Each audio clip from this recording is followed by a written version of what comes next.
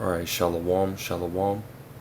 First and foremost, I want to give all praise, honor, and glory unto Yahweh, Bahashim, Yahweh Shai, Bahashim, Barchakwadash. Double honors to the elder apostles, the elder bishops of Great Millstone rule very well, very beautifully.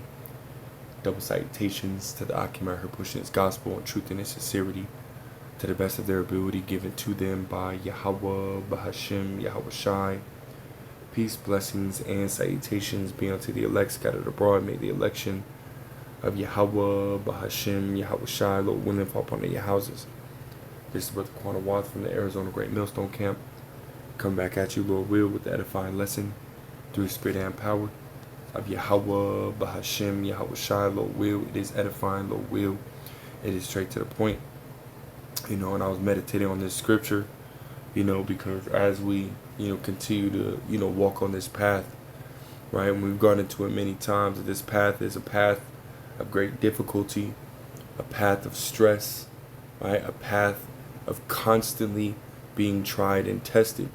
Right? As we read in Sirach, the 2nd chapter, the 1st verse, my son, if thou come to serve the Lord, prepare thy soul for temptation, right? Which that word temptation goes back to test, so we're constantly going to be put through it, and in that same chapters, the 10th verse, it tells you, right, to basically look, right, the generations of old, right, look at our forefathers, man, right, and we see that they constantly were tested, we constantly going through tribulation, affliction, chastisement, and so on and so forth, and we really, and that's speaking for myself first and foremost, right, we really got to meditate, right, on how they, reacted, right, going through those things, man, and as we do that, right, we see that there is, a key ingredient, if it will, right, that allows for these men, to continue to push through, and that's faith in Yahweh Bashem Yahweh Shai, so I got this right here, is James 5:10, take my brethren the prophets, who have spoken in the name of the Lord, for an example of suffering, affliction, and of patience, right? So again, as we look at, those that came before us, right? Even today, right? The elder apostles, the elder bishops, elders, other Akim, right? As well as the ancient prophets, right? We read about in the scriptures, man. The ancient prophets, apostles, disciples, right? They were constantly going through it. It's like, constantly going through it, constantly being put to the test, especially Abraham, Abraham was constantly going through it, right? Even, was tested all the way until his old age, but yet he remained faithful, right? No matter the circumstance, he was even willing, right, to sacrifice his own son to show forth his faith and love for Yahweh Bashem Yahweh Shai. And again, these are the same, examples that we are to follow, right? Verse 11, it says, behold, we count them happy which endure, right? You have heard of the patience of Job, right? And we know that that word patience, right, is synonymous with suffering, and Job suffered, right? Job suffered, man. It says, and have seen the end of the Lord, that the Lord is very pitiful and of tender mercy. That's right, man. So let's go to this real quick. In Job, as you read in the 1st chapter, basically, Lord, Yahweh Bashem Yahweh Shai and, Satan were basically, in a bet, against each other for Job, right? The Lord is saying that Job was, a perfect man who escheweth evil, and Satan was like, no, right? Let me go and touch this man, and he will surely curse you, right? They were going back and forth, and then the Lord said, bet, go ahead, right? Save his life, right? Don't kill him, right? But go ahead and test him, right? Job 1:12, it says, and Yahweh said unto Satan, behold, all that he hath is in thy power. Only upon himself put not forth thy hand. So Satan went forth from the presence of Yahweh, right? So the Lord said what? right? Go ahead, test him. He said everything that he has, everything that his substance, his body, right? Everything that he's got, right, is in your hands, right? Just don't kill him, right? It says, verse 13, it says, and there was a day when his sons and his daughters were eating and drinking wine in their eldest brother's house. And there came a messenger unto Job and said, the oxen were plowing and the asses feeding beside them, and the Sabeans fell upon them and took them away. Yea, they have slain the servants with the edge of the sword, and I only am escaped alone to tell thee. So his flock, right, was taken from him, right? Which is his substance, right? You having your, your cattle, his servants, right? That's part of that substance, right? Job was a man of great substance.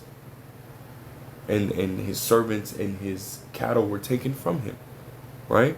But it doesn't stop there. It says, while he was yet speaking, there came also another and said, the fire of the Most High is fallen from heaven, and hath burned up the sheep and the servants, and consumed them, and I only am escaped alone to tell thee.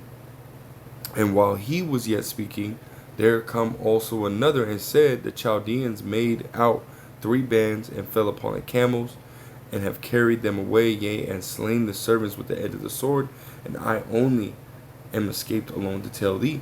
Right? So it just kept going, right? It went to all his animals, right? It says, and while he was yet speaking, there came also another and said, thy sons and thy daughters were eating and drinking wine in their eldest brother's house, and behold, there came a great wind from the wilderness, and smote the 4 corners of the house, and it fell upon the young men, and they are dead, and I only am escaped alone to tell thee. Right? So he lost everything. Right? He lost everything. He was, Yahweh Bashim El Shai allowed, right, for Satan to, basically remove those things from him. But at the end of the day, it was a test. Right? It was a test of Job's faith. Right? It was a test of Job's character. Right?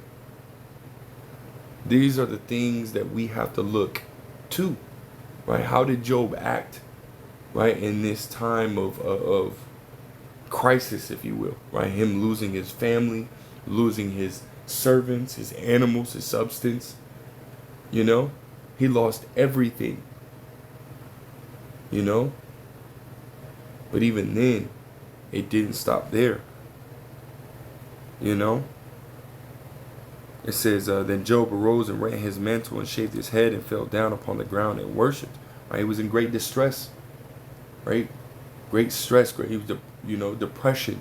Right? Imagine your family members being killed right before your, not before your eyes, but you being killed, and now you're being told, like, damn. Imagine the thought that went through his mind, man. Stressed, depressed, afflicted. And these are all different feelings that we feel, right, walking on this path, being put in different situations, right? Jumping to Job, the 2nd chapter, and verse 7, it says, so went Satan forth from the presence of Yahweh and smote Job with sore boils from the sole of his foot unto his crown. Right? So not only did, he lose his family, right, his children, his servants, his flocks, his animals, right, which, again, is part of his substance, right? But he was also struck, right, with an illness, if you will, right? It says, and he took him a potsherd to scrape himself withal, and he sat down among the ashes. Right? And here's the point. Right? Verse 9. Then said his wife unto him, dost thou still remain thine integrity? Curse the Most High and die. And what do you think he did? Verse 9. But he said unto her, thou speakest as one of the foolish women speakest. What? Shall we receive good at the hand of the Most High, and shall we not receive evil? In all this did not Job sin with his mouth. So he remained faithful to Yahweh Shemel Shai. Right? No matter the circumstance, no matter what happened. Right? He understood, what the mission was, man. And again, that's the same sentiment, the same mindset that we got to have within ourselves, to remember, right? That as we, embark on this path, right, we're going to be going through it. But we have to remain faithful to Yahweh Ba'ashim Yahushua. That is the key. That is how we're going to, get out of here, man. Is by remaining faithful to Yahweh Ba'ashim Yahushua. Romans the 8th chapter. Hebrews the 11th chapter. It's our faith in Yahweh Ba'ashim Yahushua that's going to get us out of here. And as we continue to read about our forefathers, again, that's the main ingredient. That's the main ingredient, is that they all have faith. All of them have faith. Matter of fact, I'll end it out with Romans 8th chapter, right? Romans 8 and 24. This is Romans chapter 8 and verse 24. It says, "For we are saved by hope." Right? Let's jump right here to Hebrews 11 and 1. It says, "Now faith is the substance of things hoped for, the evidence of things not seen." Right? So hope and faith go hand in hand. Right? Let's jump back. Right? This is Romans 8 and verse 24. It says, "For we are saved by hope." Again, hope is synonymous with faith. Right? But hope that is seen is not hope, right? We haven't, you basically make this statement, hey, I hope I can get that car, man. I hope I can save up the money to get this car, this, that, and the third. Well, at the end of the day, you see the car, right? All you got to do is just save the money to get the car, right? It's not about, I hope I can get it. That's something that is attainable, right? The things that we truly hope for, right? The kingdom, to be part of the elect, right? Those are things that are not seen, right? We have not seen Yahweh Ba'ashim Yahushua with body of the eyes, and yet in spirit we believe. We believe that continuing to walk on this path is going to ultimately get us delivered, right? That's true hope. That's true faith, right? It says, "For what a man seeth, why doth he yet hope for?" Verse 25, "But if we hope for that we see not, then do we with patience wait for it." And again, that's that word patience, right? Patience is synonymous with suffering. We're going to, again, what does it say? Scripture say that, hope deferred maketh the heart sick, right? We want to be out of here, but yet we remain faithful, right? And patiently suffer, what we have to endure until that deliverance comes. And it is coming, and it's coming soon, man, right? We see all the different signs, right? Everything is speeding up, right? Operation Warp Speed is in full effect, for real, So just be patient, continue to wait upon Yahweh Ba'ashim Yahushua, and continue to faith, most importantly, man, because that's the key to us getting out of here, is remaining faithful to Yahweh Ba'ashim Yahushua. But that's all I got, man. Lord will is edifying. Lord will straight to the point. I want to give all praise, honor, and glory to Yahweh Ba'ashim Yahushua Ba'ashim Rachak Wadash, double honor to the elder apostles, the elder bishops of Great Millstone. Until next time, say shalom.